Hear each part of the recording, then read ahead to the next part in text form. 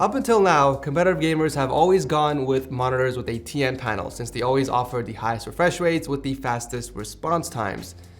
However, all of that changes today. Ladies and gentlemen, introducing the Viewsonic Elite. This is one of the very first gaming monitors introduced into the market with super high refresh rates and fast response times on an IPS panel. That's right guys, we no longer have to sacrifice image quality and viewing angles to get the fastest response times.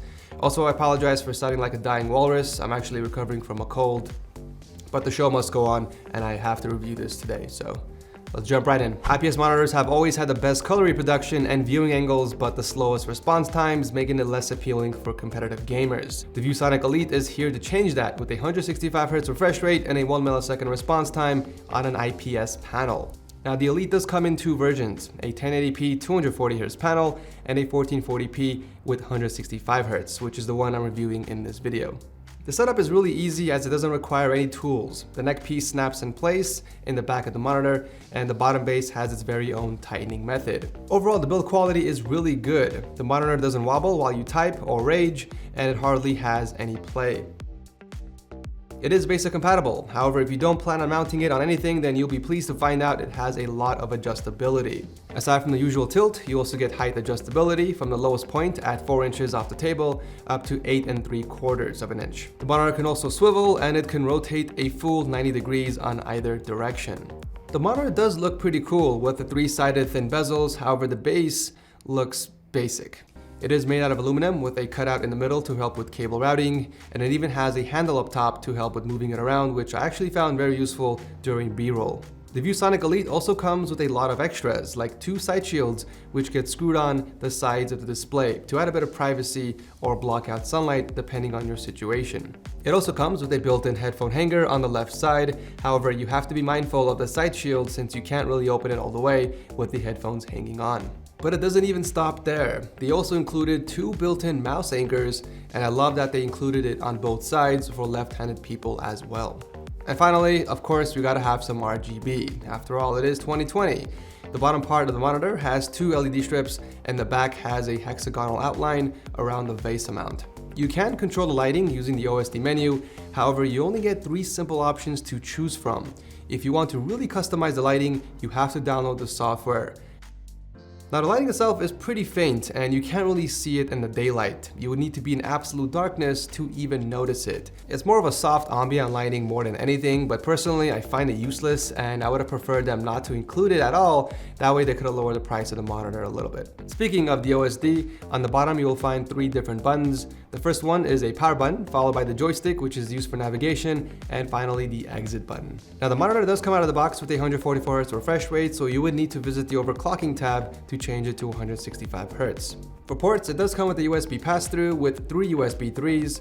We got an audio jack and of course HDMI and display. It also comes with a cover, but it does feel very flimsy, so I would be careful when removing it.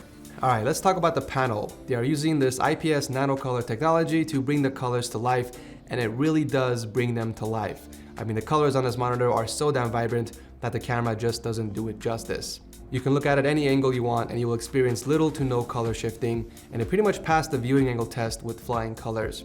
The black levels are also really good on the Elite monitor. All shades of gray are visible from top to bottom on the black level test, with the exception of the first square, which is barely noticeable. Enabling dark boost through the OSD menu will enhance the blacks, and I found that level 2 is the best setting for this monitor for watching movies and gaming. It softens the colors slightly, but it does make the darkest blacks more noticeable. Speaking of noticeable, backlight bleed. Unfortunately, on the Elite monitors, backlight bleed is everywhere. However, it's most noticeable on the bottom near the corners. However, color accuracy is pretty good with 100% sRGB coverage and 97% of DCI-P3. So if you do both gaming and color sensitive work, then this monitor is great for you. The built-in speakers are pretty bad. They don't get that loud, and at max volume, they get pretty muddy. So I don't recommend watching any type of content on here. Always plug in your speakers or a headset. The EK liquid cooling kit was super easy to install, and I'm really happy with the temperatures, which I'll go over later in the video. But there is one thing that's missing from the kit that I would love EK to include. For for gaming, as expected, it's amazing. The 165Hz refresh rate is really nice, although it is slightly noticeable coming from 144Hz, it's nothing groundbreaking. The 240Hz model is the one that you will notice a bigger difference on. Obviously, the higher the refresh rate, the smoother your game will look and feel, and arguably give you an advantage over people playing on lower refresh rate monitors. Now, this monitor is advertised to have a 1 millisecond response time on the grayscale, and with the ghosting test, I found very little to no ghosting or corona artifacts present. As fast as the response times are on this monitor, my reaction times have suffered a lot ever since I switched over, simply because I'm still adjusting to the massive size. I've been playing on a 24-inch monitor for over 3 months now, so transitioning to a 27-inch is a huge jump, and my eyes just aren't used to a bigger screen. I used to just look straight in the center of my monitor and have my peripheral vision do the rest of the scanning. But with this monitor, my peripheral vision doesn't quite cover all of the area, resulting in my eyes scanning more frequently. So that is something to keep in mind if you're switching over from a smaller display. I found that increasing the distance between the monitor and my eyes helped a lot, but time is still needed to adjust. I would have liked to see a 24-inch version as well, maybe in the future. Aside from the noticeable backlight bleed, the terrible speakers, and the useless RGB lighting, this monitor does check all the other boxes. I really enjoyed my time with it, and I can easily recommend this for any gamer or professional.